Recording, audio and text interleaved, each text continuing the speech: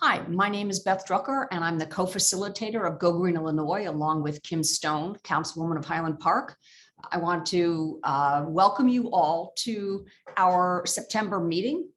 Once a year, we take a meeting to help have extended time so that all of our groups that participate can share the projects that they're doing. And we're especially focusing on progress with ordinances and legislation. This happens to be the 50th time we have met as a group. There are a few of you who were there from the beginning. And for those of you who are new, thank you for joining us. Our strength is in the different groups that are members. We should have about 23 communities here at this meeting. And we have had interaction with about 30 different suburbs of Chicago. That's 10% of the suburbs in Chicago, which gives you an idea of how many suburbs we have. So we're thrilled that you're here, and it's a very, very exciting time to meet because we finally have passed some amazing energy legislation in the state of Illinois, and we're going to start with that. But before we do start, I just want to review something that I reviewed with the many different people who have agreed to do very, very short reports for us today. Our meetings are very fast. We call it speed dating. People are asked to be very succinct and brief in their comments so that everybody has a chance to talk. Some of you, we do have at the end community sharing. So if you're not listed on the agenda, well, you didn't get the agenda if you're not haven't been asked to speak, but there will be time at the end for the rest of you to let me know. I'll be calling it by community. And ideally, one person from your community can talk unless you're doing very different things and you divide your time.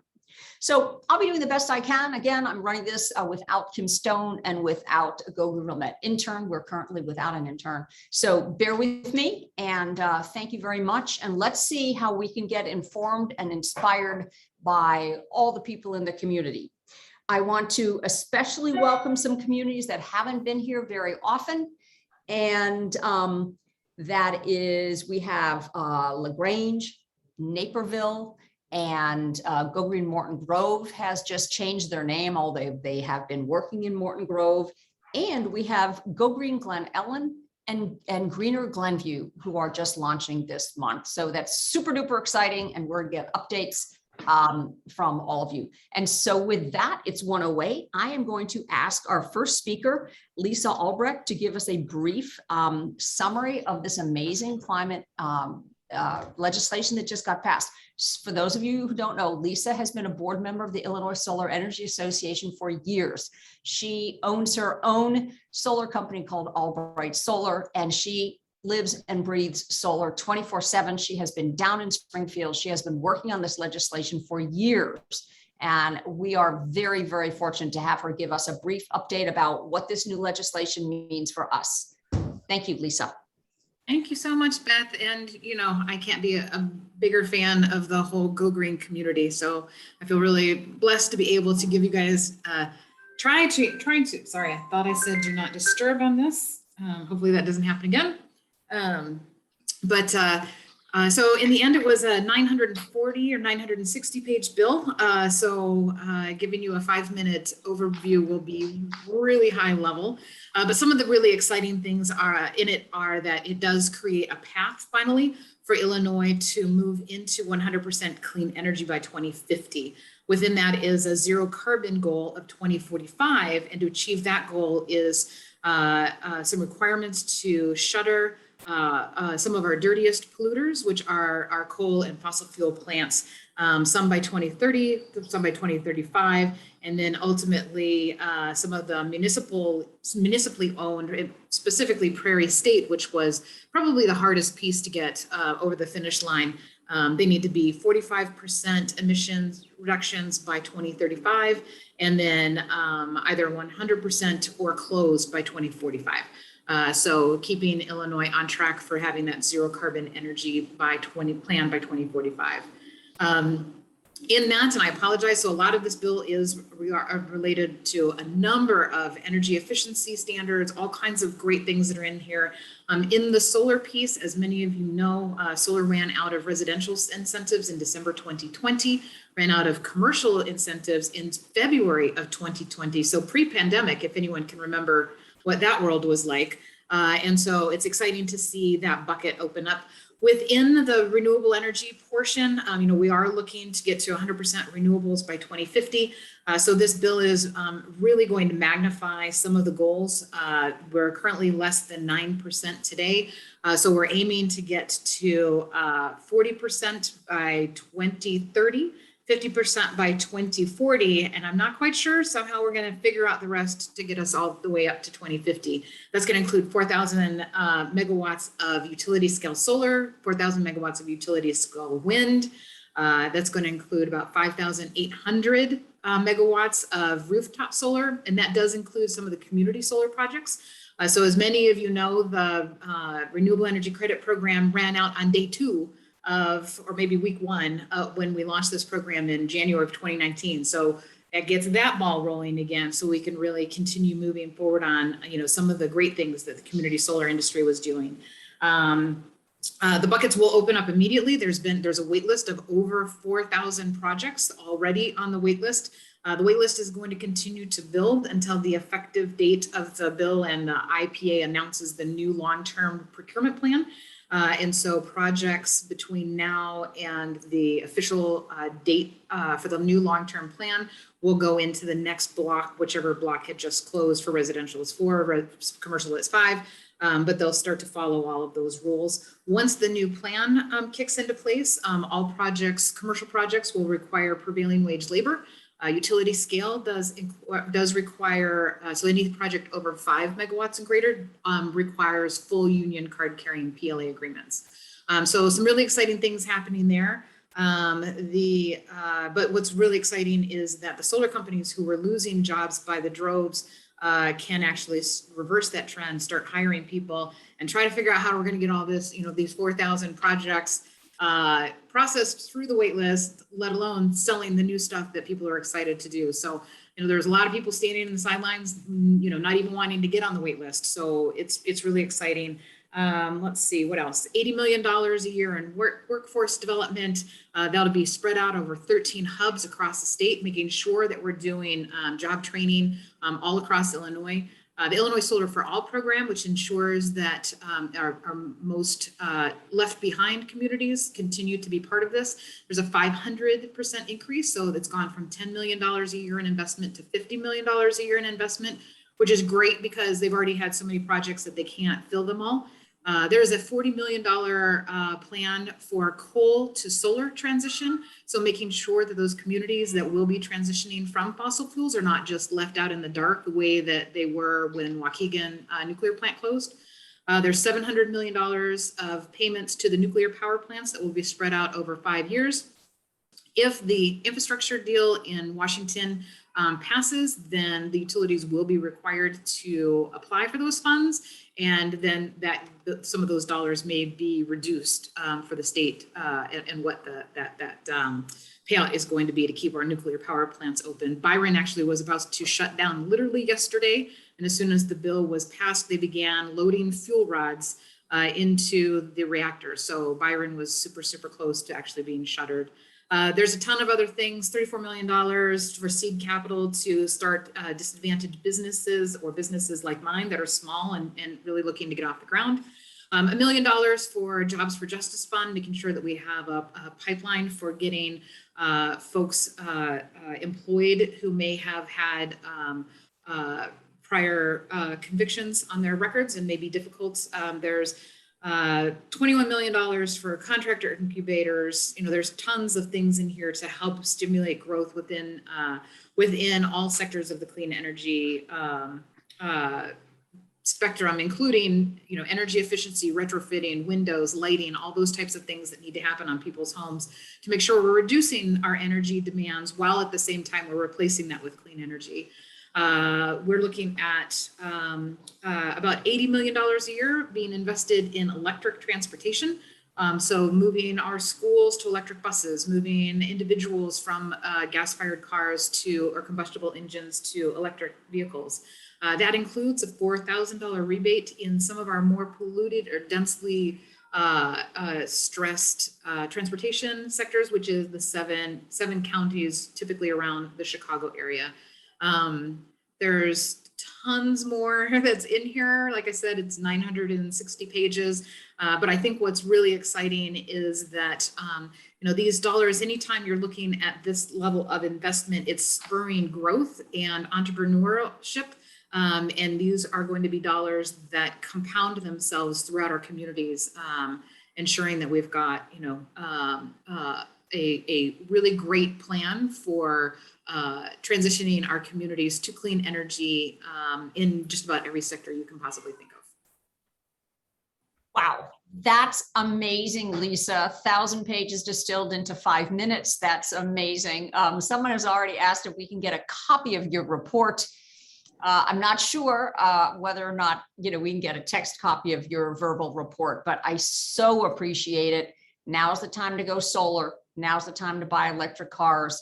And now is the time to support those elected officials and people like Lisa that have worked so hard to make this happen. It was really hard and it took years. So yeah, I'm happy. My notes are super messy. I'll clean it up a little bit and send it to you, Beth. But Jacqueline asked a really good question about how are we going to fund all of this? It does come back through on a ratepayer adjustment. And I don't think I mentioned one of the things that's in the piece is more oversight about how we have ratepayer plans and how our rates are calculated in the first place, but also a lot of ethics standards for public utilities and things like that, including, if you were a lawmaker, what are your connections to these organizations? But CUB, Citizens Utility Board, has looked at the bill and determined that it's going to cost ratepayers somewhere around $3.50 per month over the foreseeable future. AARP has suggested that number is actually somewhere around $15 per month. And I think, we'll see in the end, but commonly what we find is that the forecasts tend to be overstated. And then as we see this all come out, you'll be able to see it on your electric bill. Awesome. Great. Lisa, any idea of how many jobs this might create? Tens of thousands, everything from someone who's doing insulation to someone like me who wants to start their own company, to salespeople, accounting people, people installing solar panels on a rooftop out in a field, lighting retrogrides, putting in electric vehicles, charging stations. So if you can think of a job sector, it's probably covered in this bill. Great. Thank you so much, Lisa. All of our speakers who are fitting us into a tight time, Lisa may be leaving us, but thank you very much. We know you are such a resource to all of us in the state for the solar energy. Thank you very much for the hours that you have spent, years you have spent to try to make this happen. And thanks to everyone here for reaching out to their lawmakers. If it wasn't for that communication, we may still very well be in negotiations. So it's exciting that we're here. Awesome. Great. Thank you so much. Now, thank you very much, Lisa. So Ken Walczak from the Adler Planetarium is with us, and he also had a tight schedule, asked to be on the agenda at 1:20. The issue that I'm going to unpin you, Lisa. So Ken Walczak with the Adler Planetarium. He is one of Chicagoland's leading experts on the dark sky issue. This is something that we all need to collaborate on because to keep our skies darker, it's going to take all of us. And so Ken is working with Linda Kurtz from Go Green Wilmette. Many of you may have seen, we had a 45-minute presentation about the dark sky issue. And if you didn't see that, it was great. Ken Walczak might be able to provide a similar program to your group and your community. So with that, I'm going to call on Ken Walczak, please. If you start speaking, I can then pin you. Hey, how you doing? There I am.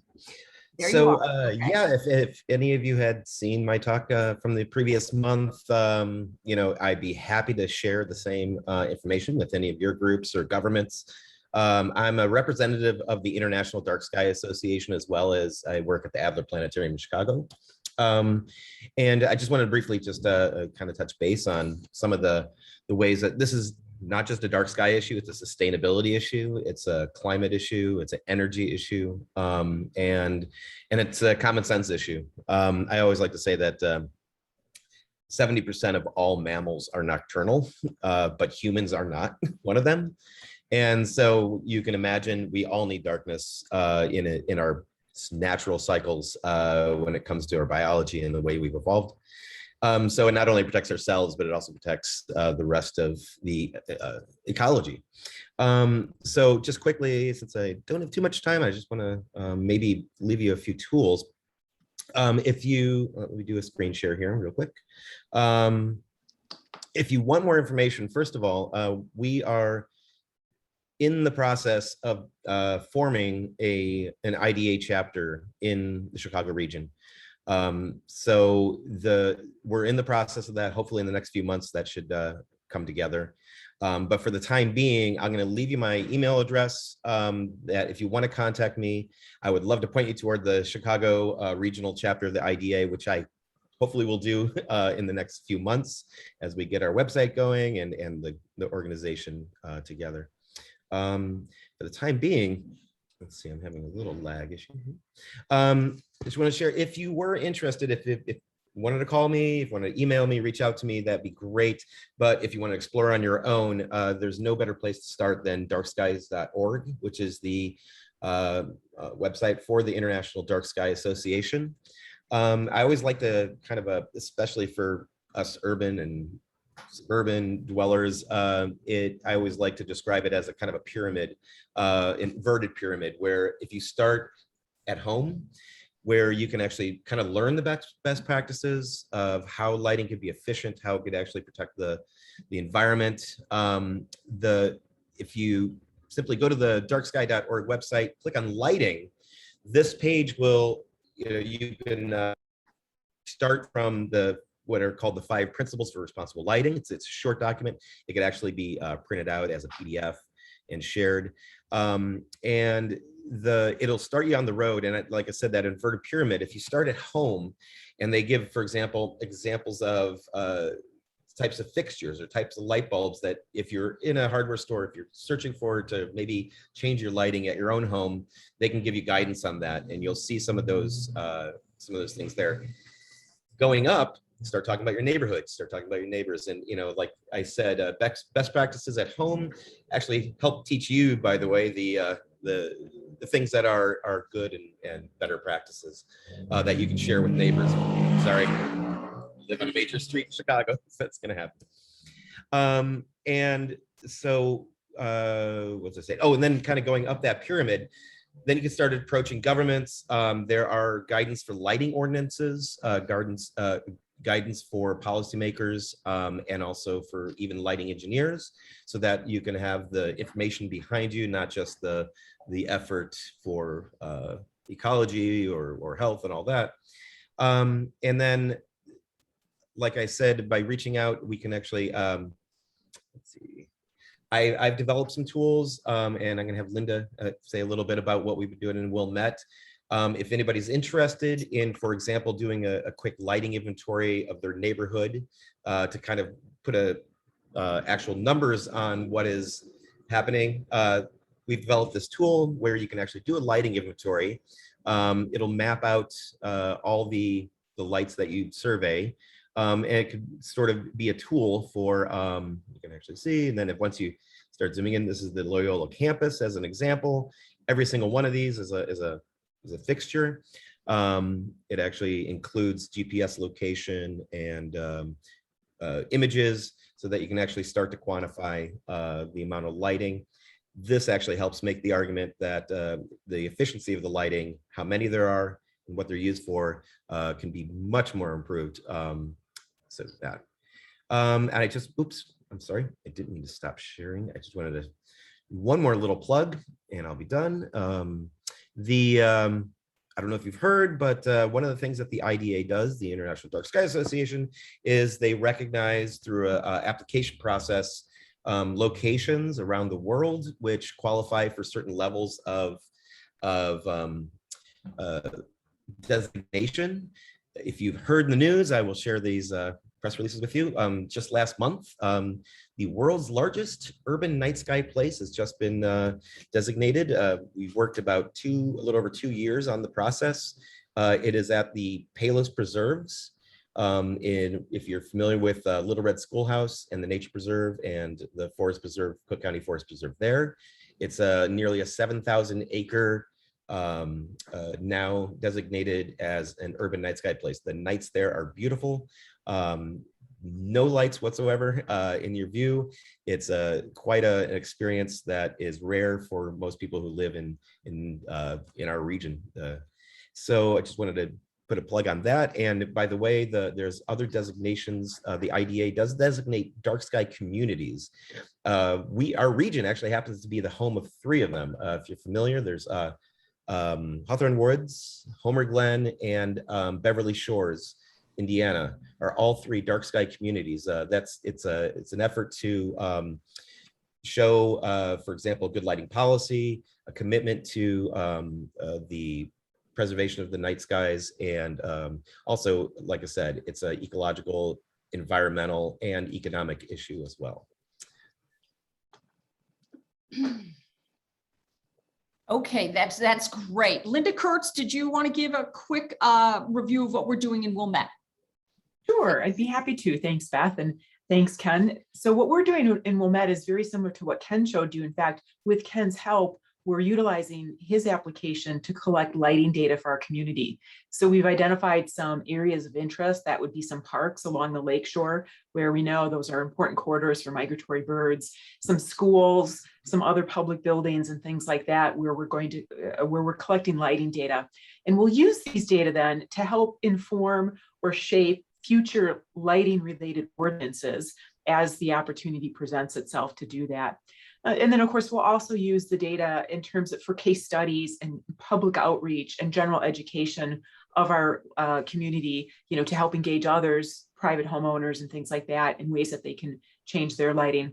We will do the studies as well for homeowners. Of course, we'll of course need to get their permission and get people on board to want to participate. But again, it's all part of our efforts to engage, inform, educate, and ultimately, make improvements to the lighting within our community.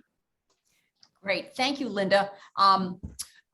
We've discovered this is an issue that, as Ken said, it has a lot to do with things we love, like stargazing, but also health, about ecology, environmental efficiency. People always think that brighter is better. And what's amazing is the Dark Sky Association can prove that that is not the case. Go Green Wilmette did a webinar, and you could find it on our YouTube channel about dark skies. We did it earlier in the year, and it was very interesting. So if you want a 45-minute webinar about it with Q&A, go to you can find one already done. So Ken, Linda, thank you for your work on this, and we'll keep an update. But this is an issue that you don't get a lot of pushback on people. And if you look at your school districts, your village and your park districts, and then like downtown commercial areas, those are one place to start. But as Ken says, if you get people looking at their own porch light, their own garage light, that's how you can start the conversation. So thank you very much to Ken and Linda. And with that, we're going to go next to Edith Macra with the Metropolitan Mayor's Caucus. Thank you.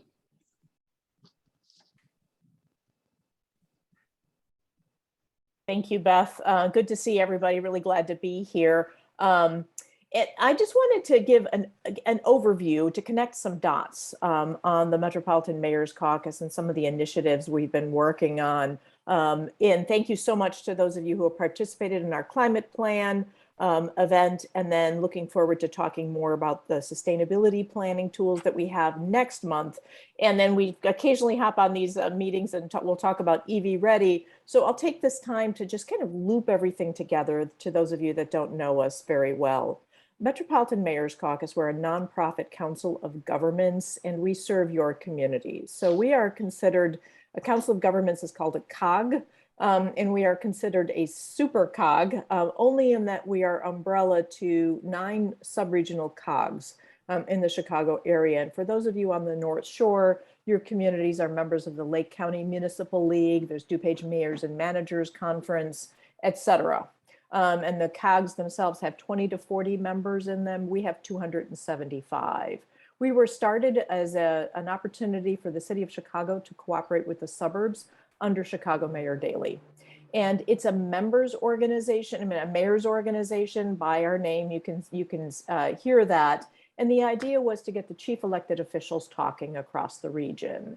It's not an environmental organization. We work on a lot of other issues that are relevant to municipalities, including housing is the big area. But for the sustainability work that we do, I'm the director of environmental initiatives. And this is where it comes back to how important you are and how important it is to have coordination at all levels of government. So while most of our work really reaches out, our point people are the mayors, what happens in municipalities for leadership and drive and actually getting work done happens at a lot of different levels. And that we call these civic leaders. And this is whether it's an elected official that's not the mayor, whether it is a commissioner, which many of you are, or a citizen advocate or staff. These are all people that we serve and pull into the tools and the resources of the Metropolitan Mayor's Caucus. And quickly, what some of those tools are, to pull this big of a region together, we did a study, I led it 5-6 years ago, just to get clarity on where and what I was supposed to be working at across the region. And that study was very inclusive, and it led to a tool which many of you are already using called the Greenest Region Compact. The compact itself comes in 3 parts. Very briefly, there's a compact, which is the set of goals that are articulated and communities formally adopted or express their support for those goals. We have 136 municipalities right now supporting the Greenest Region Compact.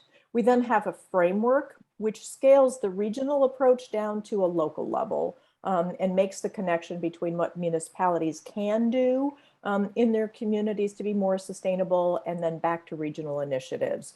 That's the Greenest Region Compact framework. And I'll put those in the chat in a second here.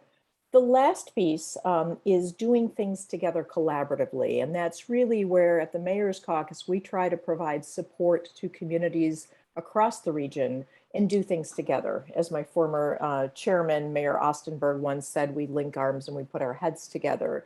And these are programs, many of which you've heard about. This is where I wanted to loop back. So some of you know about our Greenest Region Core program. This is a program in which we leverage AmeriCorps resources and provide full-time sustainability staffing to municipalities that cost share with us. And we've had members serving in Highland Park and Northbrook, and Lake Forest was going to have one this year. That's something the Mayor's Caucus takes on as a grant program and administers. We have other programs that, again, some of the communities have been participating in. Soul Smart is one of them. We have a program that's upcoming that we're really hoping to launch early next year or late this year called EV Ready program, which builds on our Soul Smart work for advancing communities' sustainability. And the last piece to loop everything together is our climate action plan, which again, many of you are aware of. But the idea for that was that climate action planning is very, very difficult and expensive and challenging and intimidating for our municipalities to do. So the regional, the plan for the region, the climate action plan, is meant to support all communities going forward on climate planning. And I'm over time, but what I wanted to just add one more update on was a request on the EV, because we are very following the electrification issue very closely. And while the passage of the bill is super exciting and there's lots more resources, which Lisa covered, I did want to just encourage you all to follow the development of those programs. So just because the state has funding doesn't mean that those programs will be implemented. And we've had some painful disappointments in the electrification arena in the last couple of years, because there was funding that was appropriated both through the Volkswagen mitigation settlement and a capital bill that went to the state of Illinois and was never spent. So don't rest easy yet. Just because funding's there, we want to see the programs actually occur. And then just a companion progress that we've seen, which is very encouraging, is the Illinois Department of Transportation has issued a contract for the beginnings of a statewide EV infrastructure plan, starting to map out with working with University of Illinois where some of the locations might be ideal, which is a great, something we've been wanting to see and a great first step.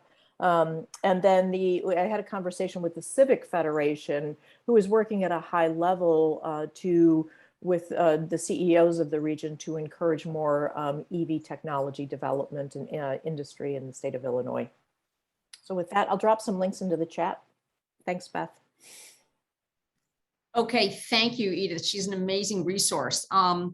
If you are not familiar with the Greenest Region Compact and the framework that goes with it, please look that up. That is how Wilmette started their path to a sustainability plan, because they have done countless hours of work, and it makes working on a sustainability plan way more manageable for a community. Also with the EVs, one of the things that as a community, more and more people are getting electric cars. Many of them, who if they're homeowners, will be charging them in their houses. So as a community group, what we need to look at is what's happening in our municipal area. Do we have a municipal charging station? But very importantly, for all of our multi-unit buildings, for residential buildings and commercial buildings, are they putting chargers into their garages? It's not that expensive, but they may need a nudge, and we can all learn more. But that's going to be the next step. We have to have our people who live in apartments and condos, they need to be able to charge electric cars at home, just like homeowners are able to. So thank you for that, Edith, your wealth of information. We are jumping around like we usually do, but right now we're talking about legislation and ordinances. If you look at your village ordinances, there are ways that we can improve and strengthen them to protect the environment. So that's dark sky lighting, building ordinances that might have to do with electrification, and tree ordinances are very, very, very important. We were fortunate enough to have Lydia Scott of Morton Arboretum doing a webinar for Go Green Wilmette. Again, it's on our YouTube channel. It was phenomenal. And they've also addressed this group as well. So Zach Wirtz is working with Lydia Scott. He's with the Chicago Region Trees Initiative.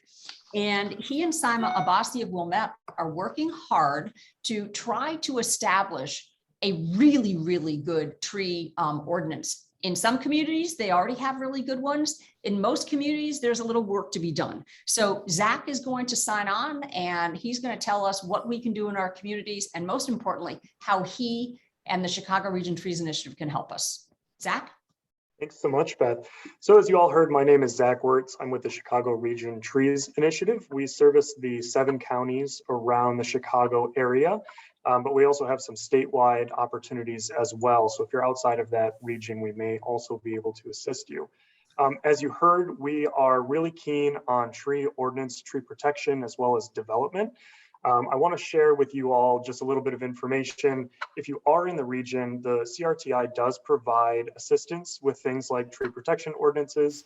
I have a couple of work groups that I am working with through the CRTI that are developing templates for tree protection ordinances as well as development ordinances. And those will be available later this year, and we'll probably do a couple of webinar series to present those as well. So when that information is available, I'll make sure to share it with Beth so she can share it out to all of you. The CRTI is here to provide things like knowledge resources, training. We have urban forestry basic training opportunities. We have work groups that do work like advocacy, tree protection, risk assessment, that kind of thing, that if you're interested in getting more involved with urban forestry topics through your organizations, you can reach out to us and we can either connect you with folks that you can get involved with, or you can get involved directly with the CRTI. And we also provide, in some instances, some funding resources. And I have one to share with you all today, which is really exciting.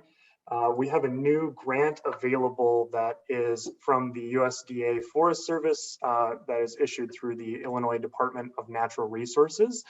This grant will allow communities to do either tree inventories and or community urban forest management plans and or tree planting. So for this group, it's really key to note that we need communities to be the ones that apply. So municipal governments, park districts, forest preserve districts, Any unit of government that's not state or federal is able to apply, but we really encourage them to work with community groups like all of the Go Green chapters to have these grants be really successful. So I accidentally sent it too early, but I dropped a link to a website that explains the grant specifics, which I won't take too much time for today. I am doing a webinar for grant Q&A and general overview next week. You can register on that website and find information on the timing. It's Thursday of next week. So with that, I think I can wrap up and let Simon explain a little bit about what Wilmette is doing. Thank you very much, Zach. So Saima Abbasi is a tree keeper with Open Lands. That's another group doing some really good work. And as soon as Saima pops up, we'll pin her and let her summarize what, how we're taking this information that's available to us and really putting it to work in Wilmette. And if Saima for some reason is not on, I can give a bit of an update. But I'm here, Beth. okay, perfect. All right, Saima Abbasi, tree keeper and passionate tree specialist from Go Green Wilmette. Okay, thank you, Beth, so much. And so we've been, educating our residents for a long time about trees, by, having tree walks and, having different kind of ways to educate the community. But we recently have been working on improving our tree ordinance. And so far, we have been working with our environmental commission and our village president and the village manager are also the head of the public works. We have been really feel very fortunate that everyone is very receptive and really believes that we need to have a better tree ordinance. So we have sent some recommendations to our village manager. And Beth, do you want me to just share some of those recommendations or? I don't think we don't have a lot of time. Why don't you just summarize in like 30 seconds? What are some of the key ones, Simon? But I also want to mention what Beth said about the webinar that Lydia Scott, who is the director of Chicago Region Trees Initiative. One of the key things she mentioned was that we need to treat our urban trees as critical infrastructure. And so, we have budgeting for streets and libraries, and so like the gray infrastructure. So because of all the ecosystem services our trees provide, and so what we suggested to the village, so I'm just going to give you some the points that we sent them. Our ordinance was not in one place, and so we asked the village to have it situate it in one place so it's easy for people to see and refer to, have a clear purpose and intent. That was another recommendation. And so we had examples that we had studied 3 or 4 different tree ordinances in the area. And so we gave examples to our village, like village of Glenview has a great tree ordinance, city of Lake Forest, village of Lincolnshire. And I also asked Zach of the CRTI to look at our tree ordinance and suggest some of the places of improvement. And so he was extremely helpful. He looked at our entire our ordinance, and then he had some notes for us, so which we actually used for having this document that we sent to the village. Also, we had definitions for our tree ordinance. Protected trees was another kind of recommendation, where our village currently has trees that are 10 inches DBH.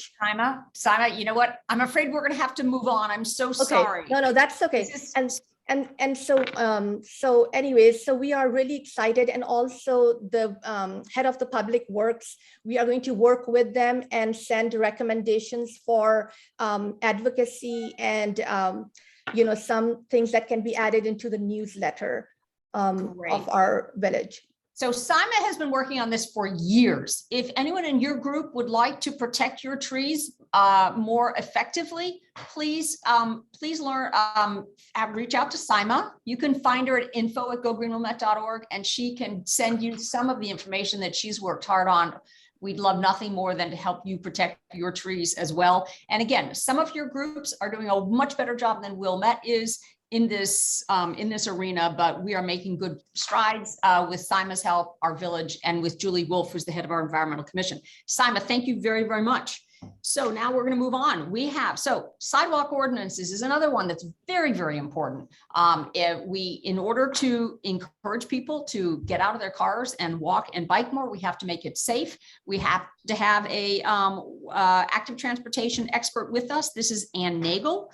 She's a physician passionate about supporting safe walking and biking. And part of that is improving ordinances. So Anne is going to give us some idea of how we might do that in our communities. Ann Nagel. Thanks, Emma. Beth, and hi to everyone. Again, I'm from Wilmette, and I just want to tell you a little story behind our sidewalk policy. And historically, two important landmarks was in 2015, we passed our complete streets policy. And I would encourage all communities to adopt one because it opens the door to grant opportunities and the conversation at important tables. And in that same year, we adopted a sidewalk policy. And I just want to share what the previous sidewalk policy was, because several neighboring communities have the same one. And that was, if you were interested in a sidewalk where there wasn't one on your block, you would put forward a petition to your village. They would then do an engineering study, and in turn would turn back to the residents on that block, say it's 13 residents, and say, yes, I want a sidewalk. No, I want a sidewalk. And a sidewalk would be considered by the village if there was 67% in favor of it. So going back to that number of 13, we needed 9 residents to say yes. And it was not 9, it was 8. And the 5 came through with the no. They won the vote and there was no sidewalk. Fast forward to this past year, earlier this year, the Wilmette passed the Master Bike Walk Active Transportation Plan. And this plan looks at improving walkability, bikeability, and mobility for all residents throughout our village. And in part of that, our consultants recommended we look back at our sidewalk policy. So to facilitate implementation of this plan, we looked at this policy and it has been rewritten. And what has been rewritten is that we now have priority sidewalks. And those were sidewalks that were identified, that needed to be identified and put in place in the active plan. So they're considered high priority, as well as high priority bike corridors. So those are both recognized. And what we have now done is turn to our commissions to evaluate these, particularly our Transportation Commission. They've been tagged with the recommendation to every year evaluate our active transportation plan and say, what are we going to do this year? So if they identify a priority sidewalk, they will let residents know where that sidewalk has been identified and, hey, we're thinking of doing it this year. And the residents will have a chance to come forward to the meeting, give their yay or nay, or give their opposition or their support. And then if it passes by the Transportation Commission, it goes to the Municipal Services Commission. And with their recommendation, it would go to the village board. And the village board could go forward and say, we are going to put this in the budget for putting in a sidewalk. So no longer is there a vote by residents. It's more looking at the whole community and how we can connect students to schools, residents to their churches, opportunities to get to transportation hubs, et cetera. So I think it is a win-win, and having looked nationally, I'm really proud of our village because I think this encompasses looking at our active transportation plan and moving it forward in increments over the next 5 years. So thanks for this opportunity. Great, thank you. So this is a big deal that a couple of residents cannot get their neighbors whipped up into a frenzy and say no to a sidewalk across from a school, which in fact has happened in Wilmette. It's happened in the Avoca School District.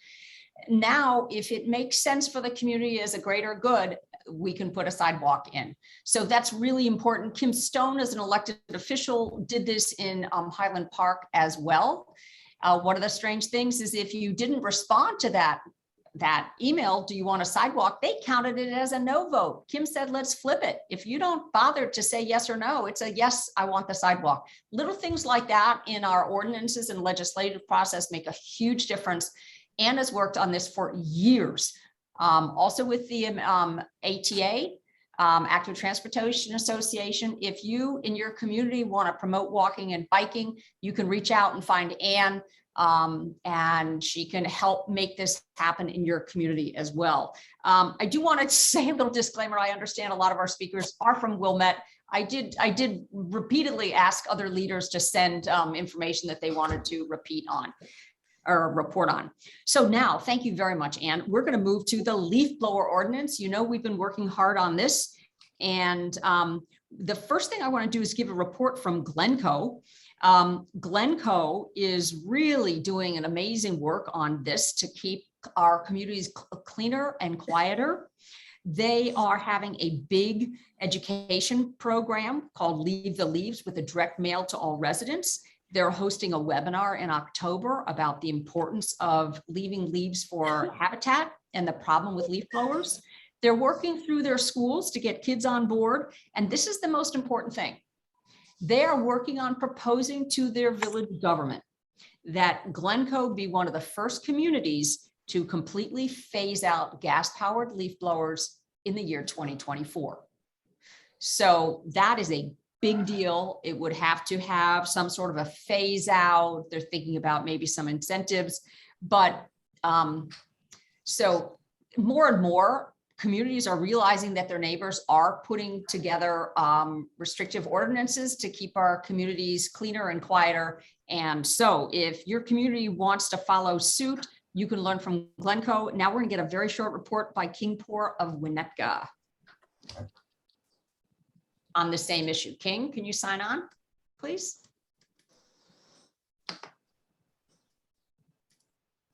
Yes, thank you, Beth. Hello, everyone. And I'm going to give a quick update on the progress that we've made, both in Winnetka and across the North Shore, on the compliance with the leaf blower ordinances. As you may know, a number of communities on the North Shore, Evanston, Wilmette, now Kenilworth, Winnetka, and Glencoe have ordinances prohibiting the use of leaf blowers during the summer months.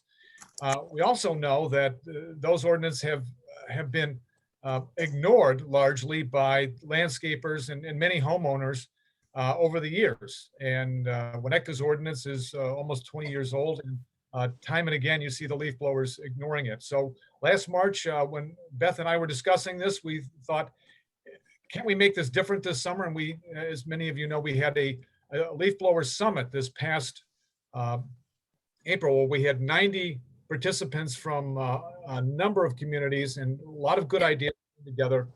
And one thing that we did in Winnetka, which I think also Wilmette and others have been following, is engaging the police departments. And Winnetka had, I would consider, an innovative approach with our, we work closely with our police chief to come up with an idea of asking landscapers to sign a pledge not to use gas leaf blowers, that is, obey the law during the summer months. And much to our delight, we were able to get 35 landscapers, most of the large ones, to sign the pledge. And that has really made a difference. For instance, the Chalet, which is one of the larger landscapers, has decided it's going to buy all electric blowers. And I've seen this with some of their crews already. They're going to convert. And a number of other of the larger landscapers are moving to the electric blowers. And it has, I walk around our village, north, south, east, west with our dog. And my unscientific poll shows that the village really is quieter and our areas by a result cleaner because more and more landscapers are obeying the law. We still have outliers out there and there's work to do. The other thing we've done with Go Green Winnetka, we've put out a blog, which I'll put in the chat, about 5 good reasons to obey the leaf blower ordinance. And the long and short of all of this is that it is possible to move our communities away from the use of gas-powered leaf blowers, which I assume everybody on this call appreciates how bad they are for environmental reasons, and that our communities can move toward electric blowers and really improve the quality of the environment for all of our communities. So we're encouraged by the progress we've made, and I'm heartened to hear what Glencoe's going to be doing. We'll probably be looking at similar things. So there's reasons to be encouraged. Great. Thank you very much, King. Your leadership has been terrific, and your chief of police willing to send that letter to every 70 different lawn care companies was a game changer. Next, we're going to have Julie Wolf. Julie Wolf is the head of the Environmental and Energy Commission in Wilmette, and she has been helping to strengthen the ordinance and enforce the ordinance in Wilmette. So Julie Wolf, next. Thank you. I'll be brief because I know there's a lot on the agenda. What we found here in Wilmette is with the pandemic, more people were working from home, spending time at home, and they didn't realize just how very loud it was with all those gas-powered leaf blowers. I know my husband is one of them. He was trying to have these pretty important conference calls, and you can't even hear when they're right out there. So there were a lot of complaints to the village, and it got people's attention, not even thinking about the air quality. We've had gas-powered leaf blower ordinance for quite some time, but it's always been hard to enforce because if the enforcer gets there, they've already moved on and that sort of thing. So we changed things up a little bit. There's been a person dealing with enforcement so that that can be a little quicker. There's also been an information campaign by the village to let people know that it's really important. And basically, if you see something, say something, and asking, if you see somebody using a gas-powered leaf blower, asking them not to, and asking your landscaper not to. So it really is significantly quieter. Everyone has really noticed it, and we're hoping to do still more. Great, thank you. There's a stunning article that is posted by a group called Quiet Communities. If you just Google it, you'll find it. People often say, well, it isn't fair to the low-wage workers to take this equipment away from them. In fact, the article helps people understand that it's actually, there are social justice reasons to not allow them to work 8 hours, 10 hours a day, sucking down bad fumes and damaging their hearing. Probably they don't have medical insurance. They literally will lose their hearing from spending years working to keep our yards cleaner for slightly less money. So it's a great article. If no one has read it, it's terrific. You'll find it at Quiet Communities. So if your community is not doing anything about gas-powered leaf blowers, now is a great time to do it because there is a groundswell of support and the equipment is getting better and better and better. I also want you to know you can reach out to AGZA, American Green Zone Alliance, and he is, Dan Mabe has worked with many of our communities, and he did the big webinars that we have hosted with actual yard care companies. The most important thing is for you to call the company that you get serviced or who is servicing your neighbor and remind them that we want to move toward cleaner, greener equipment. So with that, we are going to move on to pesticides and backyard spray services. I'm sure you have seen the market increase in private backyard spray companies. There's a 10-year-old girl from Winnetka who thought that shouldn't be allowed. She has written with Robin Gable something called the Bee Bill. And as you can imagine, there's been some very hard pushback. And so Karen McCormick, who is with the Robin Gables office, State Rep Robin Gables, is going to give us a quick update on HB 3118. That's the Bee Bill. Karen? Hello, good afternoon. As Beth mentioned, I'm Karen McCormick and I work for State Representative Robin Gable, who, as I'm sure you know, is a huge advocate for the environment. Her whole career has been focused on a lot of energy bills. And when Scarlett Harper from Winnetka contacted her in the office about this, her concerns about pesticides causing problems with pollinators, Robin got very interested in it. And as Beth mentioned, one of the biggest issues were the subscription mosquito spraying treatment companies. So this bill kind of focuses on trying to rein them in, but there has been a huge pushback by those companies and also the landscapers because it's inconvenient for them, for the landscapers, and it's also hard for the pesticides people to be in business if without this. So unfortunately, the bill did not get passed this year, but it did get out of the Energy and Environmental Committee unanimously. So that was encouraging. It was a 29-0 vote. And I think between Scarlett working on it and Representative Gable, I think we are in a good position to bring it up again next year, and hopefully we will be more successful.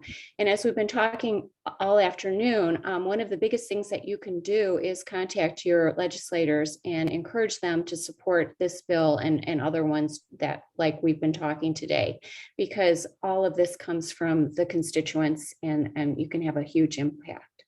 But I did share a link about on a CBS program where they featured Scarlett, and she did a great job describing, you know, what she's been doing. And so it might be fun for you to take a look at that link. And that's basically it. Thank you very much. Everyone is doing such a good job being succinct. It's 2 o'clock. I wanted to ask whether Catherine Calkins, who's been working very closely with the North Shore Mosquito Abatement District, wants to talk about the PDF information sheet that they developed in partnership with the Midwest Grows Green group. Catherine, are you available? Yeah, sorry, I don't have a camera on my computer, Take your voice. Hi, everyone. Yeah, I was just beginning to type into the chat that this is also a major public health issue. So the sheet that we created last year is, we can certainly, I think we sent it to Ms. Gable's office and it's available. We can share it with anybody. Has a lot of information about what really these companies are not using the most efficient forms of treatment for your yard. Really, the best way to get rid of mosquitoes is to get rid of standing water, which I'm sure many of you know, and to wear repellent. Those are the most effective methods. And the spray companies are potentially, and you know, I don't know, I think it'll be determined that it's likely that the spray companies will have been shown to be contributing to resistant mosquitoes. They all use compounds called pyrethroids, which are derived from chrysanthemums. Doesn't matter. They're very toxic to pollinators and to lots of insects, and they are also, mosquitoes are becoming resistant to them, which is a public health issue because in case of some kind of mosquito-borne illness outbreak, those are the compounds that the mosquito abatement districts have to use to control mosquito and disease spread as a consequence. So yeah, so the sheet is available, and it's important for village governments to understand that this is becoming a public health issue. Great. Thank you, Catherine, for your work on this. It's really, really important. We need to be moving toward less pesticide, not more. And yet these perfectly legal backyard spray services that are propping up everywhere are really harmful to certainly to the insects and wildlife in your yard, and possibly to our plants and possibly to ourselves. So thank you for the work that you've done with that. Great idea of, helping us, just a community group who went to an agency that connected them to another agency, and some really good things have been happening. I'm going to give a quick update on behalf of Kim Stone about electrification of Metra and Pace. Again, this makes a difference when people like us get involved, which is why she asked some of you, all of you, to be signing on behalf of your group to the letter that urges Metra to electrify their system. I know some communities, including Winnetka, have had Metra trains that sit and idle while running for half an hour at a time in their communities. The emissions are really terrible. They're very noisy. Kim is kind of leading the way to try to help PACE and Metra electrify. Metra says, or PACE says, oh yes, we'd like to do this, but first we're going to buy 100 more clean natural gas buses that will be on the road for 12 to 15 years, and then we'll electrify.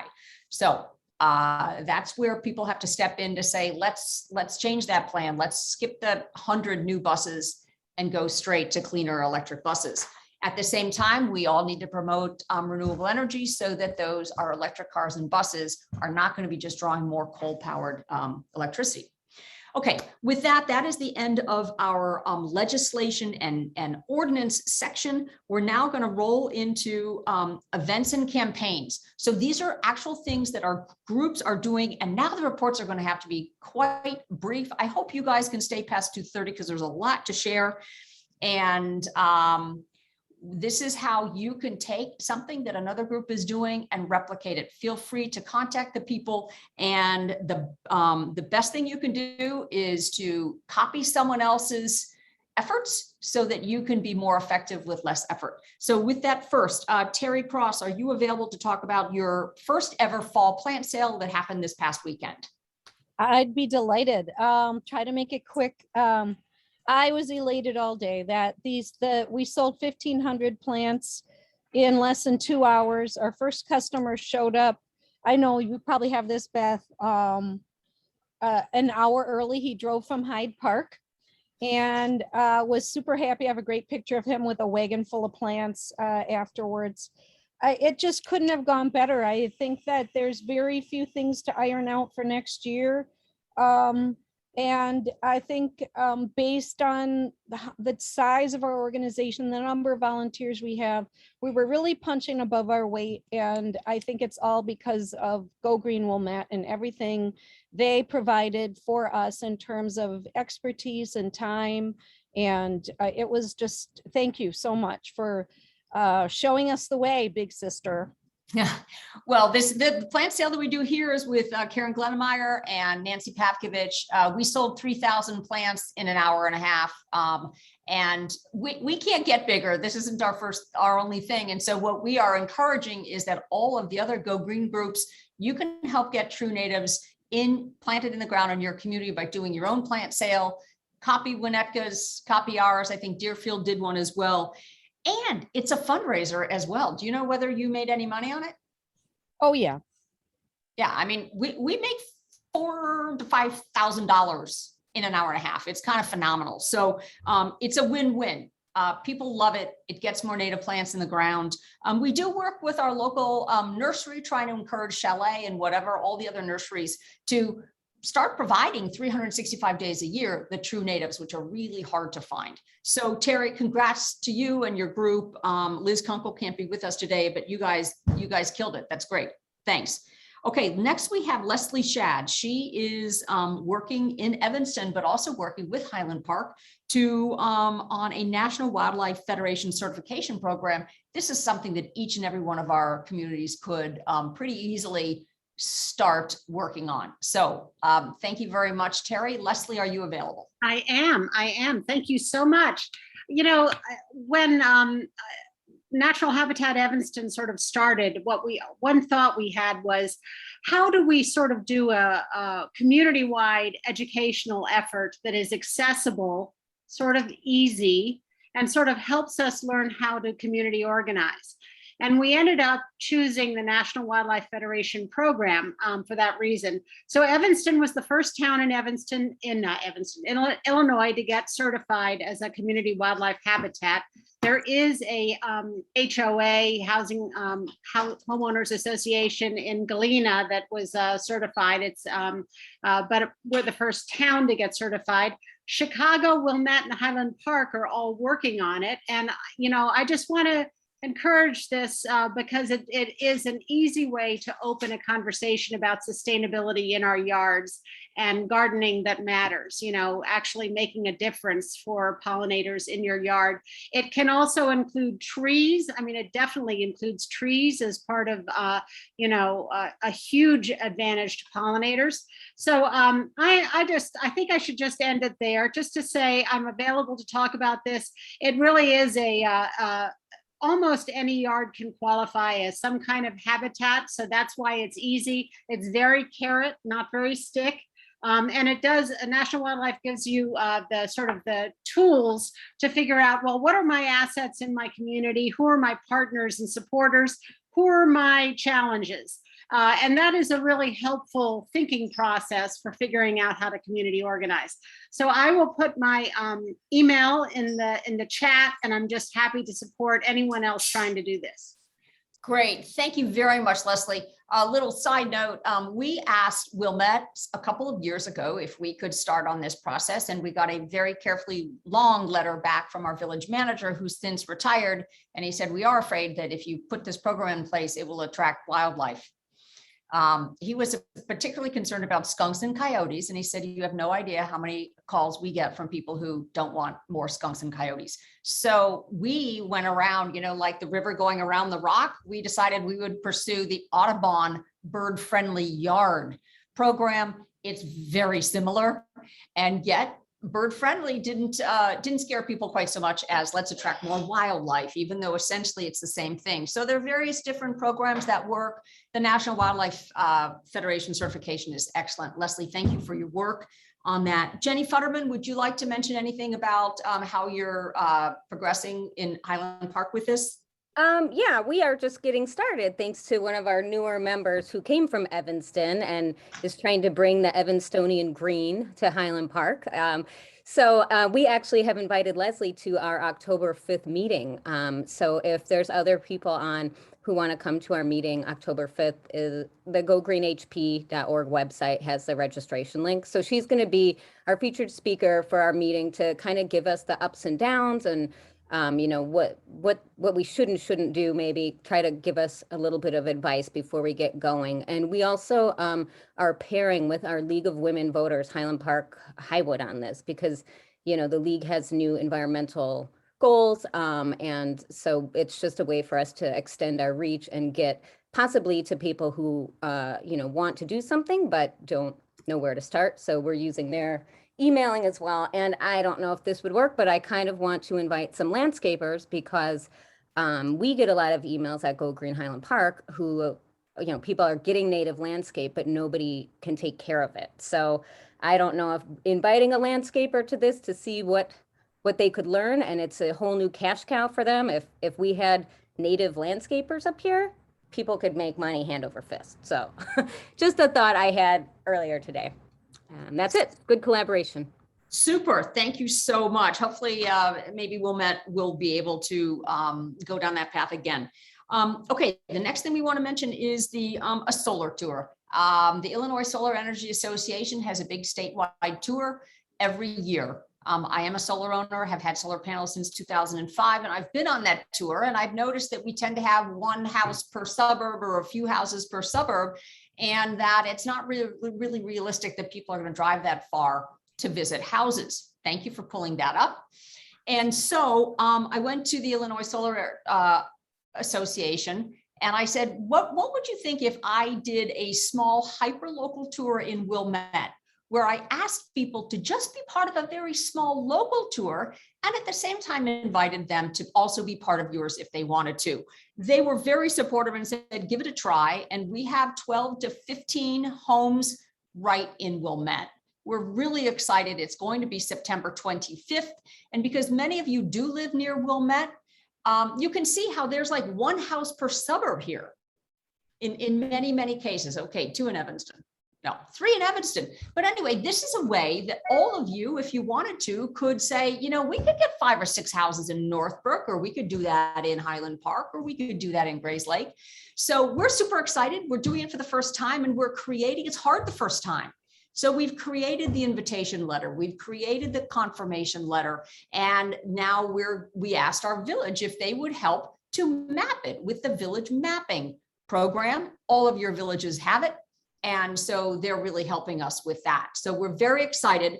And we invite you all to send your folks to our suburb if you can't throw something together in the next 12 days. But I want to now mention that Sarah Sanford heard about this and decided she could do something in Northbrook. So Sarah, could you tell us what you've done in Northbrook, please?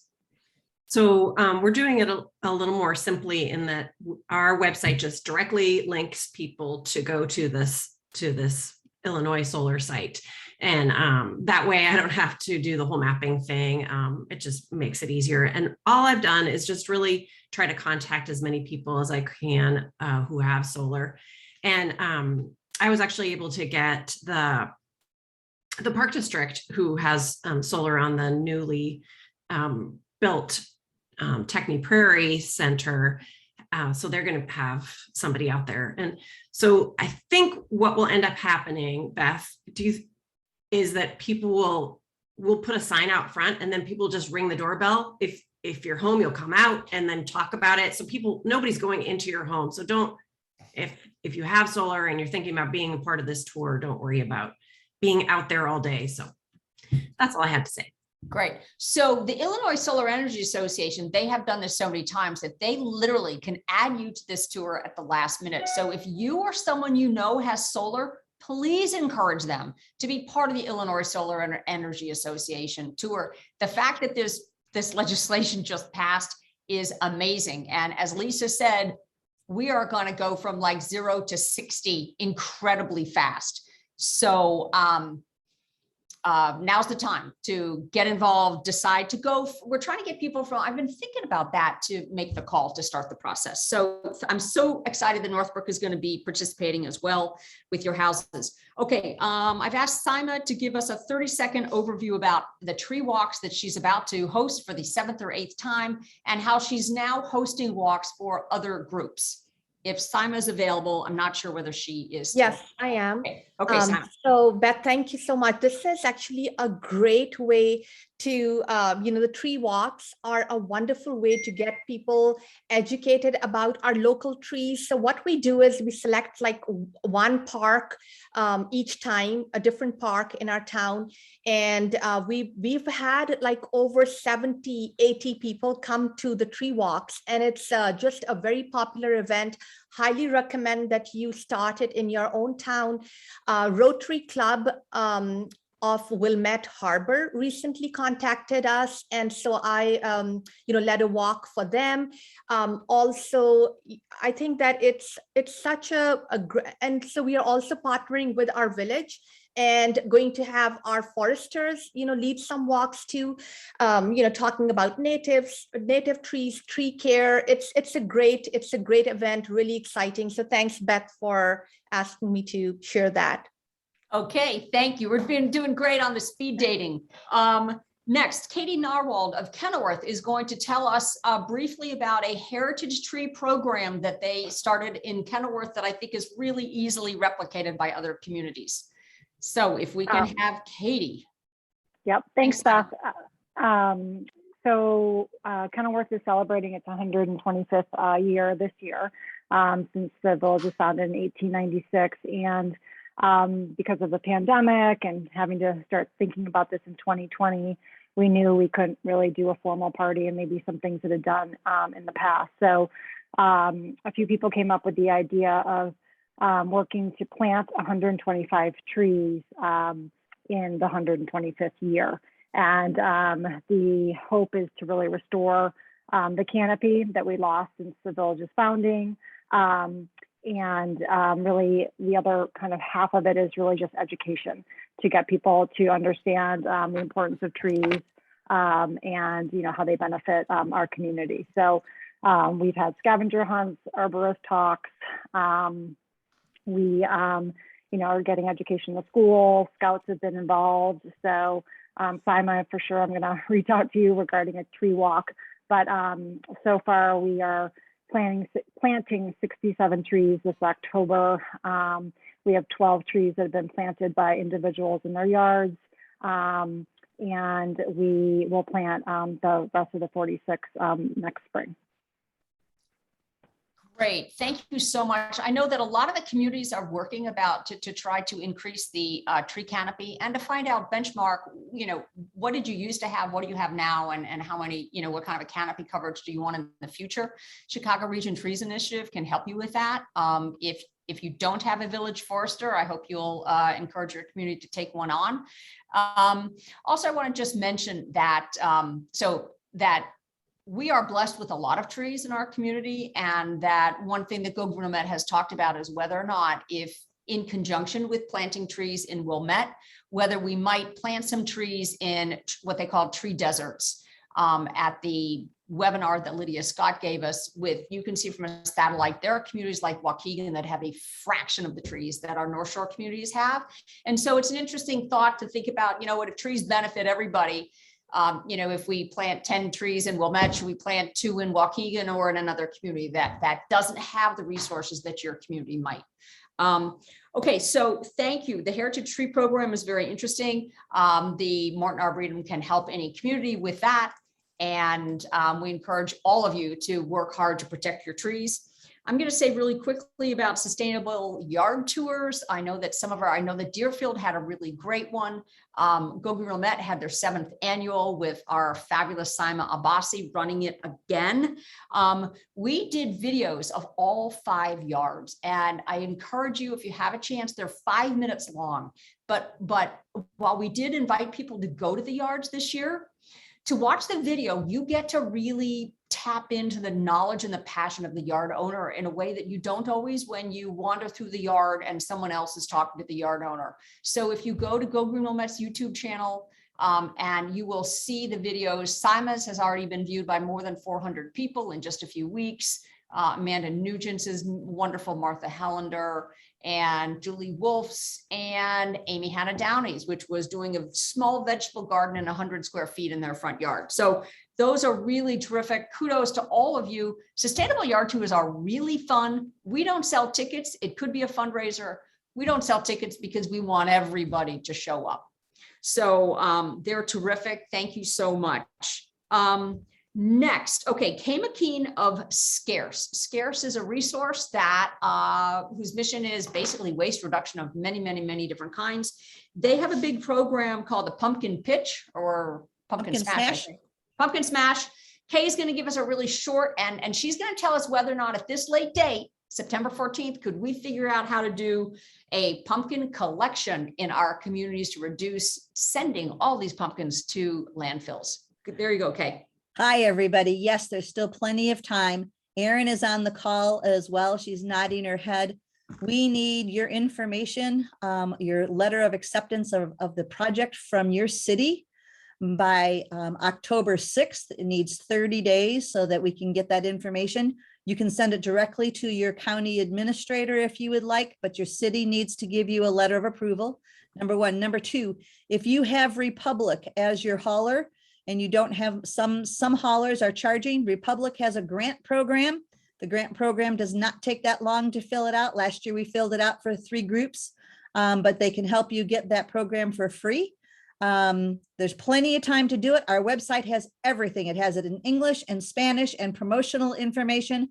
Important to us is to make sure that we get your exact location so that we have your zip code so we can put it on our map, right, Erin? The letter of approval. Republic, we talked about that. It's our 7th year, you guys. We're well over 500 tons. We know it's lots more than that, but some communities didn't demand that the haulers give them a number or didn't realize the importance of getting the number. And at the end of the whole thing, we will send out information about how many tons were collected, how much water was saved, how much pollution was prevented, how much methane gas was prevented. So it's a great way to teach your residents about the importance of food scrap composting. It's a fun way to get the families involved, and probably most important, no contaminants. So tell people no candles, no stickers, no plastic ears, no yarn hair. It is just for the pumpkins, and make sure that the kids get to kind of see the pumpkins getting smashed, whether they do it. We even have a little ladder at the Wheaton event so that kids can climb up and see their pumpkin being smashed or smash the pumpkins themselves. There's so much information on our website. So scarce.org, I think /pumpkins, but if you go to the recycling page, right, Erin? You'll get all of that information. We'd love, if you have any questions, give us a call so we can help you. It's a fabulous thing, and we're thrilled with the number of new towns joining us already this year. Great, thank you so much. This is an example. Go Green Wilmette saw other communities doing these pumpkin smashes and thought, whoa, we really need to copy that. It's fun, it's easy, and I hope that more of you will participate. Once you start thinking about all these pumpkins, you know, it's hard to think about them going to a landfill. Thank you very, very much, Kay. Appreciate that. Okay, we all know that recycling contamination is one of the biggest problems we have. And so Lake Forest has come up with a program to try to reduce the recycling contamination in Lake Forest, and we can all learn from it. Next we have Marcus Norman. Thank you, Beth, and everybody here. Just really quickly, I'm on the board of the Green Minds here in Lake Forest and Lake Bluff, but I also, in my real life, I work as a branding and graphic design professional. And I was lucky enough to get this job with the city of, well, actually, it's not really a job, it's an assignment for a project to help the city of Lake Forest, specifically the Public Works Department, reduce recycling contamination from 25%, which it was a year ago, which is just unheard of, but probably pretty consistent for most communities that do single stream recycling. But to reduce it to 10%, which would save the city an estimated $50,000 a year. So the whole city council got behind it. The grant was awarded to the city from the Lake Forest Garden Club for $110,000 over 2 years to reach this goal. We are just over a year into progress here with our educational campaign directed at the residents and people that work in our community here. And I'm happy to say that we're currently at our last measure in August at about 17.8, which is just slightly behind where we need to be to get to 10% in another 9-10 months time. So fingers crossed, we're going to keep the communication going in our digital, our print, our environment, everywhere we can get our word across. So thank you guys. As a side kind of benefit to this educational program, I think we're really raising awareness in our community to not just recycle better, but also think about more what they're throwing away, recycling, and even reusing to hopefully diminish what ends up in our landfills. Great, thank you. So the campaign's called Bark the Cart, and if you could put in the chat how people could find to learn about what you're doing. All right, so thank you, Marcus. Next, we're going to talk really briefly about an issue that probably none of us are yet dealing with. When I heard about it from Northbrook, I asked Sarah Sanford to talk to us about promoting green roofs in our community. Sarah? Okay, so to back up, Northbrook has this great thing called Green Moments that we get to talk for 3 minutes at every trustee meeting. And it's something that's really great to replicate in other villages. If you have a good relationship with your village, then approach them and maybe you can get an opportunity to speak at every meeting. And because of that speaking, it is clear that we were able to get a sustainability plan, a study done, and then a plan started because of all our education directly with the trustees. So to my green moment, Beth asked me to, I will summarize. There are basically two types of green roofs. The extensive green roof consists of hardy, drought-tolerant vegetation like succulents, growing medium and drainage layers above the roof membrane. And then there's the intensive, which is having a thicker medium, and you can actually have trees growing on it and people can walk on it.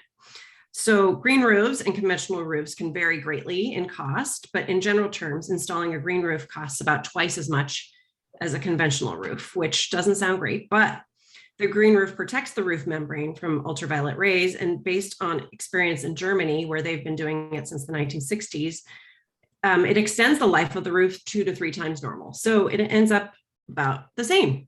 Green roofs also provide habitat for birds and insects and sequester carbon in plant roots, and they are beautiful to behold. So the IEPA considers green roofs a green infrastructure best management tool for stormwater mitigation and has awarded grants towards green roof installations. San Francisco mandates either green roofs or solar on roofs for all new buildings. and San Francisco fast tracks green roof, Chicago fast tracks green roof permits. So there are two, at least nationally or local, but nationally known businesses called, one is called More Landscapes, and they're headquartered in Northbrook, and the other is intrinsiclandscaping.com, Intrinsic Landscaping. They have installed numerous green roofs in their webs. So basically, you have resources locally, construction incentives for green roofs, and building policy that encourages, or dare we say mandates, their use are twin drivers of proliferation. Let's make green roofs an ordinary thing in what I say is Northbrook, but you can say whatever you want in the North Shore, in your town. So okay, that's basically how my that was three so moments great. went. I think that I think we could all do some interesting work with green roofs. I know they have one at our local high school, but they're pretty uncommon. I also one of the big things I forgot to mention with the Illinois Solar Tour is that the vast majority of people that own a home are not solar candidates because of shade, with the way their house faces, or because they simply don't have the money to buy solar panels. We are encouraging all those people to sign up for community solar programs, or some of them, if sunny roofs without the funding, we're encouraging them to look into leasing programs. But community solar, you've been hearing about this for years and years. We're going to let Jenny Futterman give a brief talk about the efforts in Highland Park to promote community solar. Jenny? Sure. We were working with Trajectory Energy, a local company here in Highland Park, to promote the Clearway Community Solar since like last year. I think 2020 of Earth Day is kind of when we started, or in March. And so really just trying to get everyone to sign up, and Trajectory was donating $75 to Go Green Highland Park every time somebody used our promo code. So we've gotten, I think, over 71 houses. So that's $5,000 in our pocket, and people going community solar. It was kind of a tough push, but we did webinars and we showed up where we could. I think Hal got some good leads at our farmers market. Unfortunately, we're wrapping up because, well, fortunately, unfortunately, however you want to say, a lot of the Clearway sites are filling up, and they want to save room for small commercial and other entities. So we actually, tomorrow is our last day to sign up with the Go Green Code. But we're super excited about it. And our last move now is some of the North Shore communities have started the electrical aggregation program. So community Clearway solar customers need to be sure to opt out of that if their community is in. But our city still has community solar going through MC squared. So, you know, I won't discourage anyone from doing that.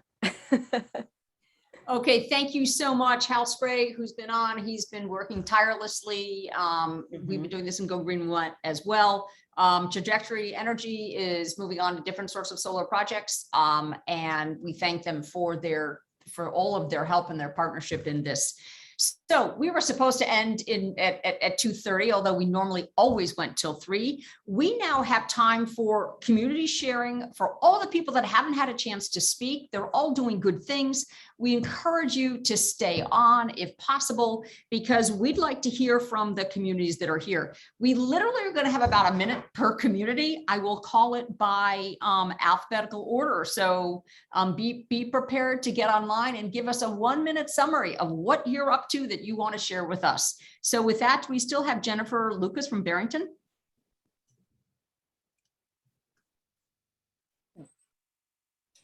I know she was on before. So if I go past you, write in the chat to say, well, you didn't call on me.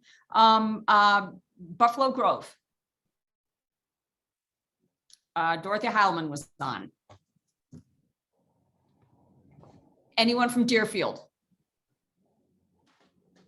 It's going to give more time for the rest of us. Anyone from Evanston? Yes. Yeah, okay. I'm here, Beth. Okay, you're Deerfield. Debbie. Okay, Debbie from Deerfield. Yeah. We have a tree walk coming up in September. It's our Sustainability Commission that's hosting it.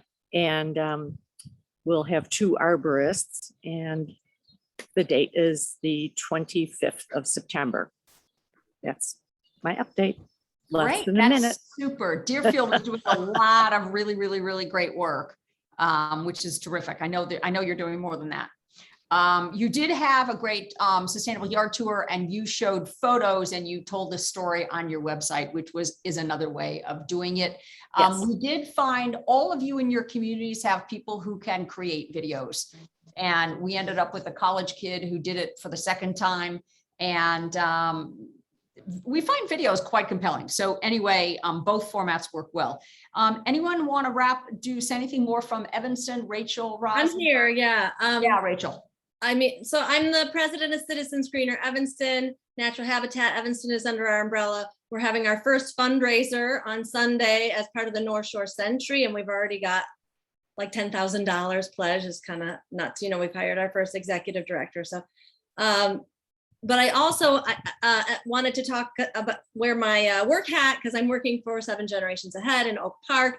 It's our future program, and taking 6 youth, 3 from Oak Park, 1 from Evanston, 2 from CPS, and 3 teachers to the Glasgow UN Climate Summit.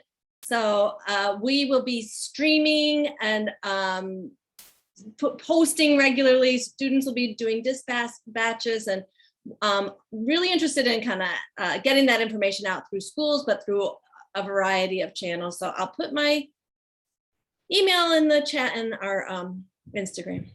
Okay, in case you missed it, Citizens Greener Evanston has just hired their first executive director. So that kudos to all of you. You guys have been around longer than any other group. And kudos to you that you are in the position to hire someone to help you. On that note, if you can't hire an executive director, we hope you'll consider interns. There are very talented young people who want to get launched in the field, who would be very happy to work with your group.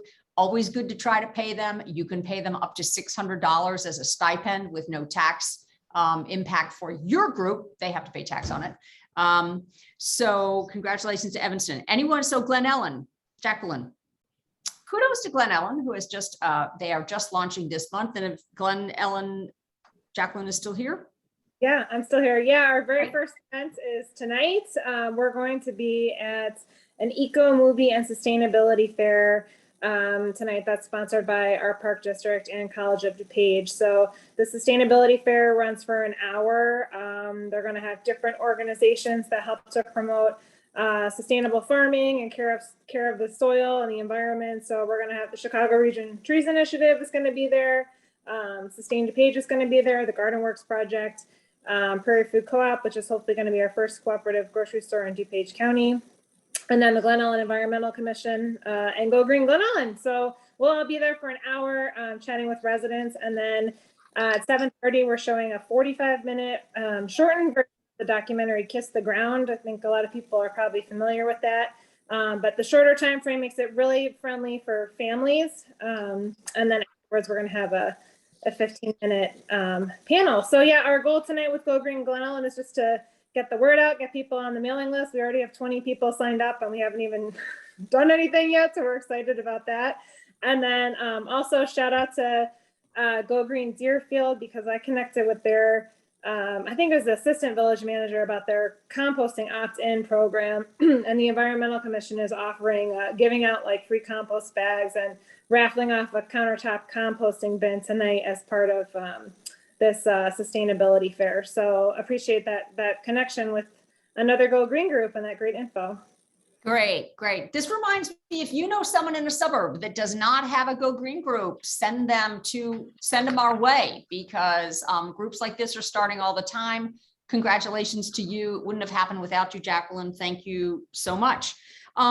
I forgot to include Morton Grove. I had asked them to do a special short talk about, they just did their first ever environmental fair, and it was just awesome to see how they did it. So could we jump through the alphabet and ask Andrew Hoffman from Morton Grove to tell us quickly about their first environmental fair, which just happened?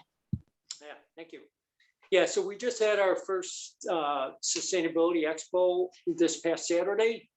A year ago, we would not have believed that we could even do this. Our village is not a strong sustainability advocate. What happened is a couple of us pushed the village to start the Environmental and Natural Resources commission again, which hadn't been running about 10 years. And by doing that, we started this commission last year, came up with a sustainability plan. And then in March, the village talked about Sustainability Expo. For this September, I talked with Beth, who was very instrumental in helping us come up with ideas, because they really didn't have a lot of ideas on what kind of exhibits. And so we ended up having over 30 exhibits, including solar, electric car show, composting swank, native plant landscaping. We had composting and recycling bins. We had water refilling stations with compostable cups. It was all pretty amazing. And it all started with just a few of us kind of pushing the village to get this commission going. It was successful. We had people videotaping the whole thing, the exhibits, and people were there the whole 4 hours. A lot of people came through. Go Green Morning Grove had 38 signups. So we were really pleased with this, and we're hoping this will happen every year. Wow, it was super impressive that you did that like right after you started up. It was terrific. Gia was going to mention about a little attractive exhibit that they had that I thought was so interesting. They wanted to show people how small steps, when we all do them together, really add up, and they did it with marbles. Gia, do you want to give us the 20-second description of that? Sure. So we used a marble run. And the one we had was musical. It's something that I have from my kids back when they were little.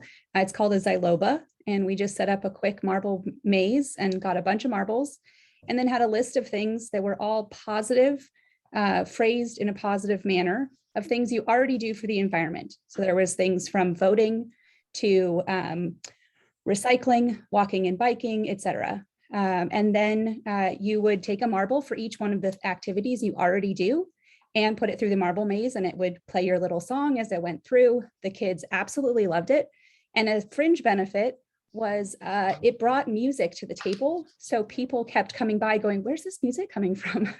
And so there's lots of ways to produce this. It doesn't have to be musical. Beth was explaining there's maybe some other ways to do this without the musical part, but I think that was a great addition.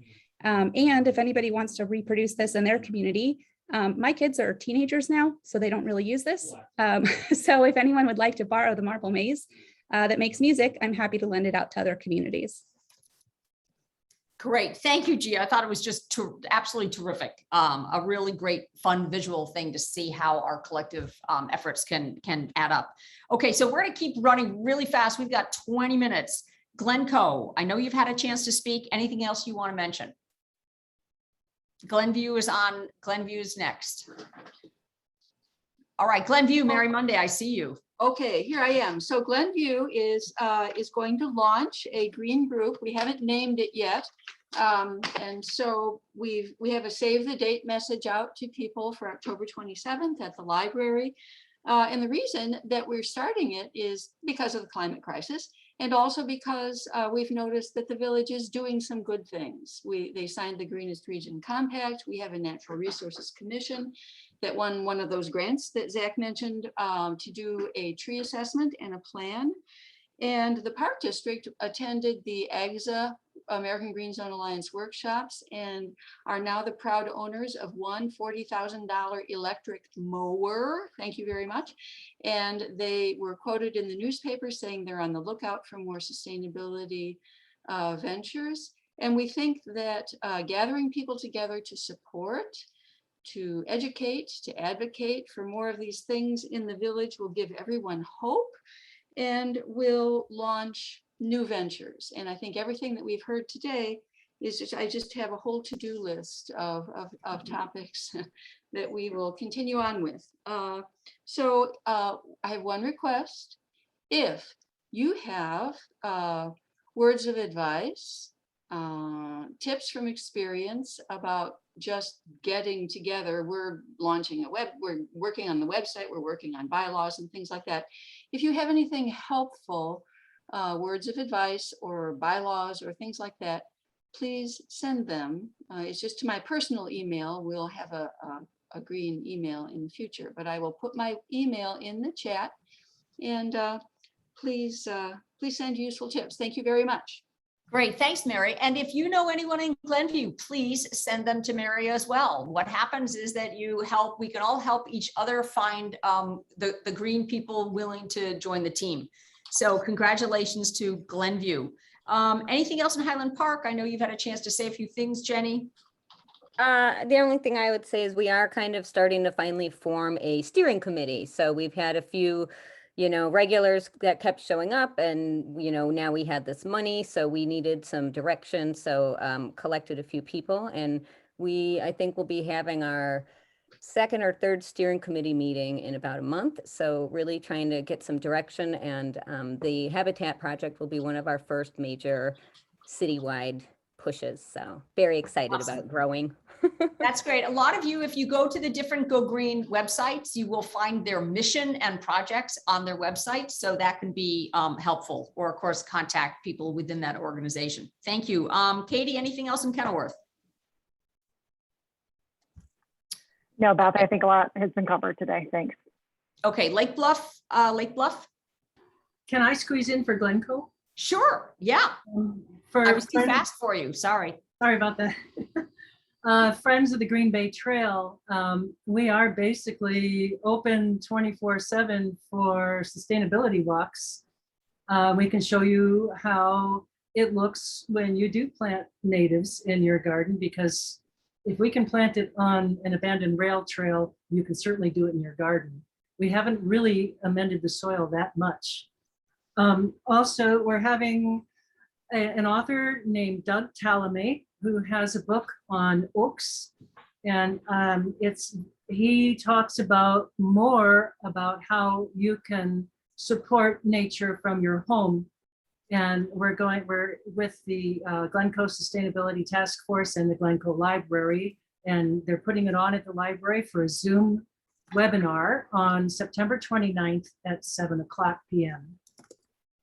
So please join us. Awesome.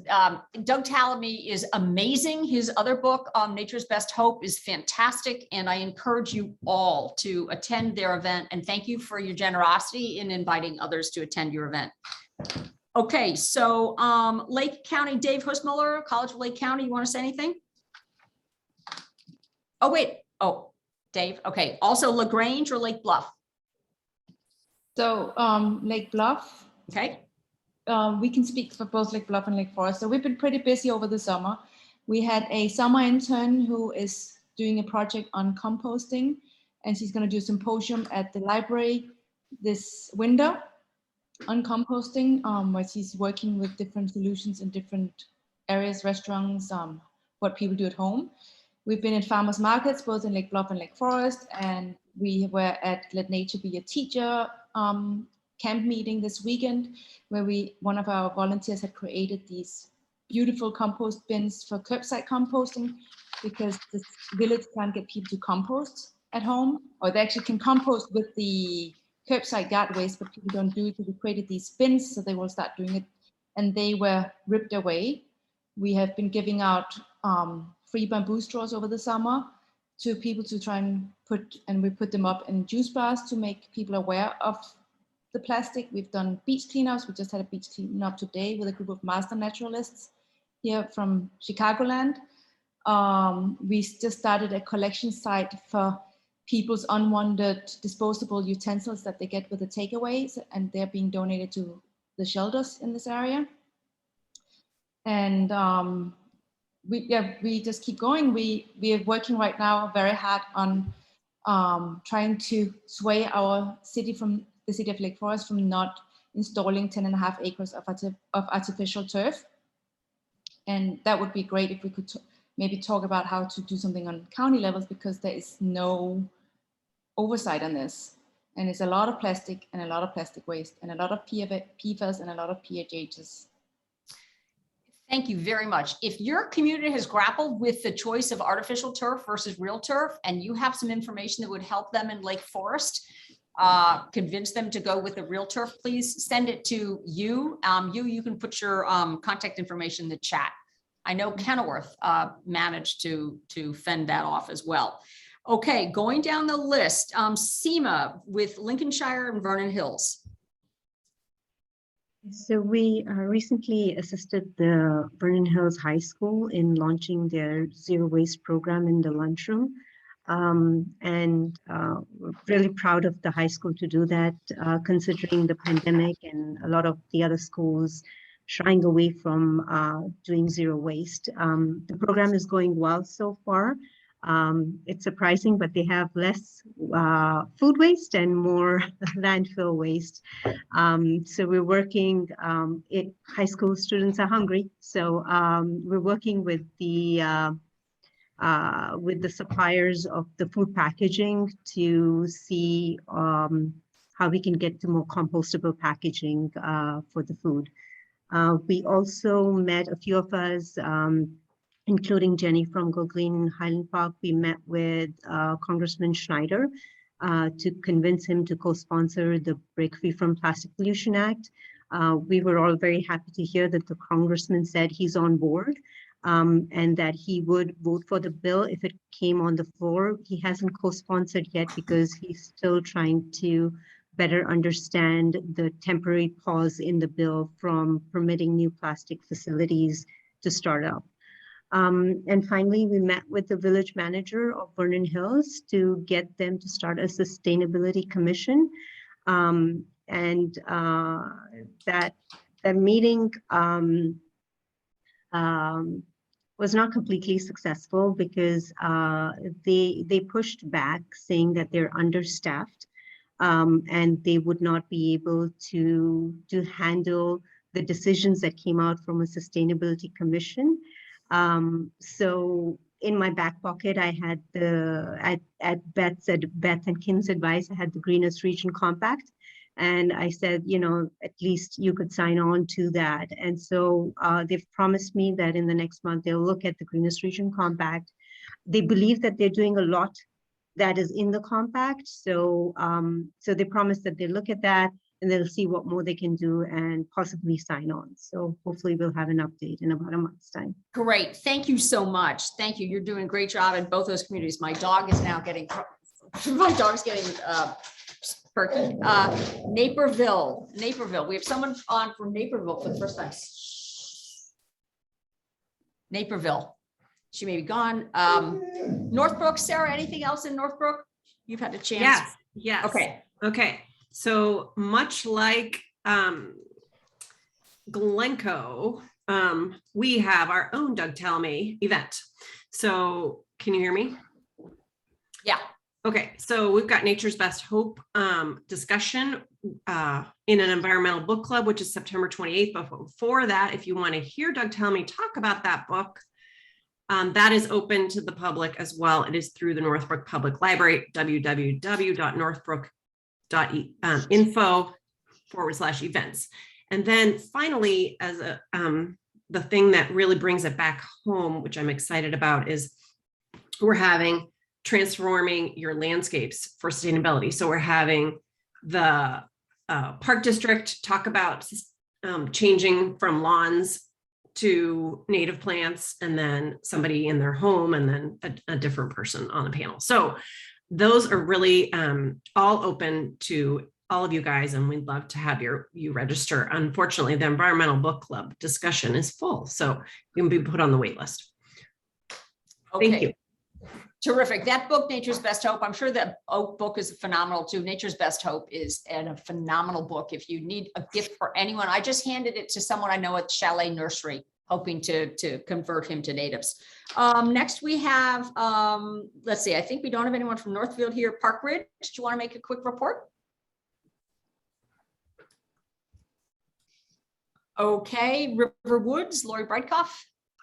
Yes, one of the biggest things that we're working on right now is fighting a proposed gas station that might go into Riverwoods when there are 6 other gas stations within a 2-mile radius. So we don't think that, for a lot of reasons, there should be another gas station. So that's a big battle, but we are engaged in it.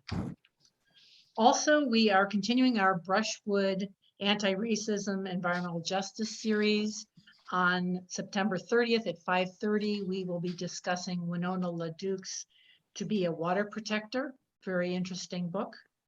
And finally, on October the 2nd, we are sponsoring a recycling event from 9 a.m. till noon at the Riverwoods Village Hall. We will be collecting clothes and textiles and shoes and musical instruments and sporting goods and accessories. So we'll take anything that you'd like to bring to the Village Hall.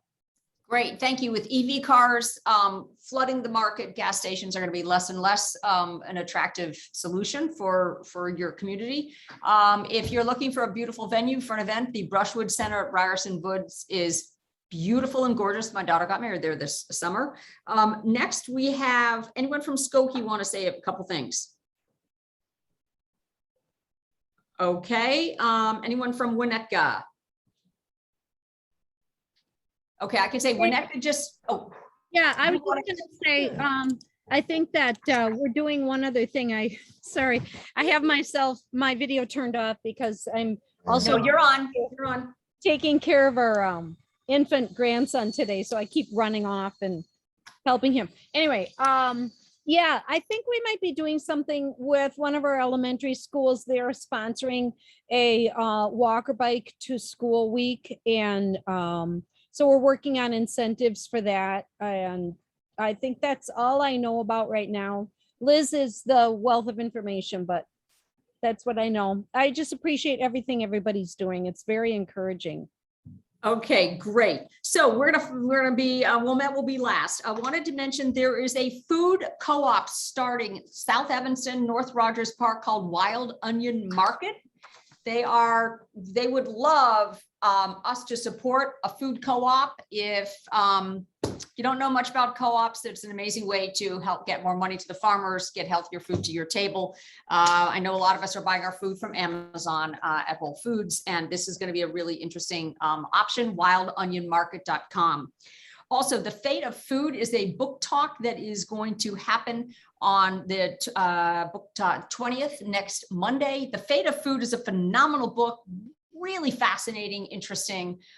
You would love for you to join us for that. Contact Liz Kunkel about that.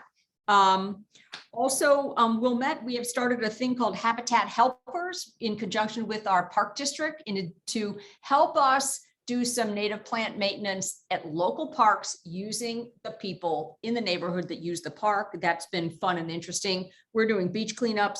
We also have we're continuing our webinar series with a webinar called Simple Swaps for Low Waste Living. We think it'd be really popular with your residents.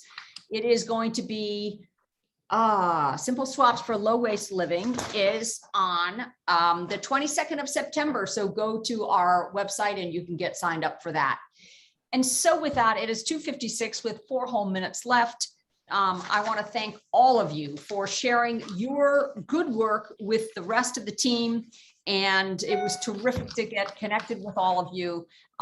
Thank you so much. And just know that what we're doing collectively, like the marbles that collect in the jar, is really, really making a difference. So with that, we're going to let you go 3 minutes early, and we'll see you in 2 months. Thank you, Beth. All right. Bye-bye.